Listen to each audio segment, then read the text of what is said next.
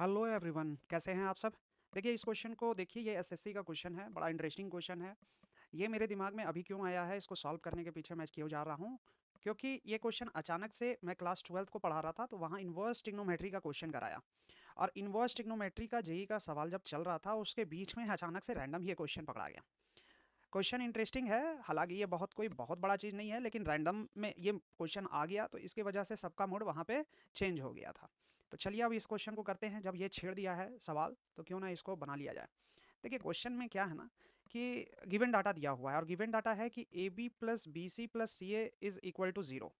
अब इसको अगर हम लोग सोचे एक तरफ कि ए बी को एक तरफ रखो बाकी भेजो दूसरी तरफ, तो माइनस बी सी माइनस सी ए होगा, कोई दुख नहीं है। अच्छा, इसके बाद अगर हम सोचे तो A B equal to minus का सी कॉमन हो जाएगा और यहाँ बी प्लस ए बच जाएगा ब्रैकेट के अंदर, इसको ध्यान रखना। अच्छा, ये है पहला चरण। दूसरा चरण देखो, ये पहला बात।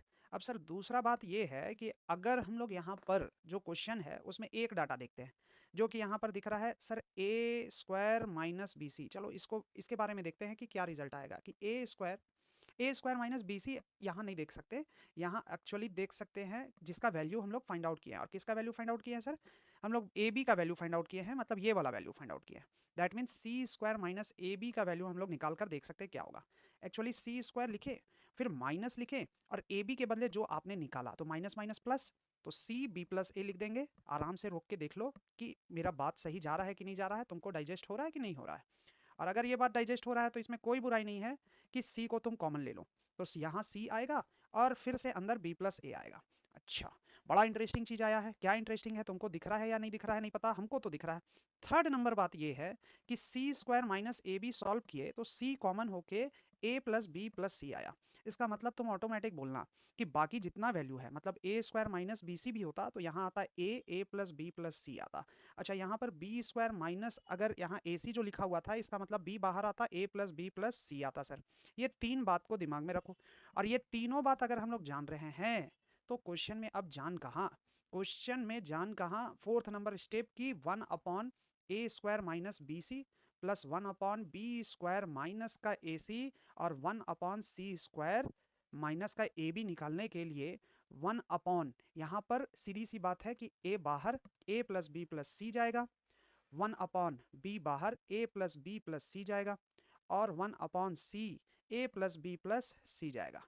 मेरे भाई अगर इसको हम लोग सिंप्लीफाई करते हैं तो कुछ कॉमन दिख रहा होगा कि हम लोग ए प्लस बी प्लस सी को कॉमन ले जा सकते थे, और यहाँ पर जो बचने वाला है 1 अपॉन ए 1 अपॉन बी और 1 अपॉन सी आने वाला है। Now 1 upon A plus B plus C तो लिख देंगे और ले लेंगे एलसीएम, तो ए बी सी।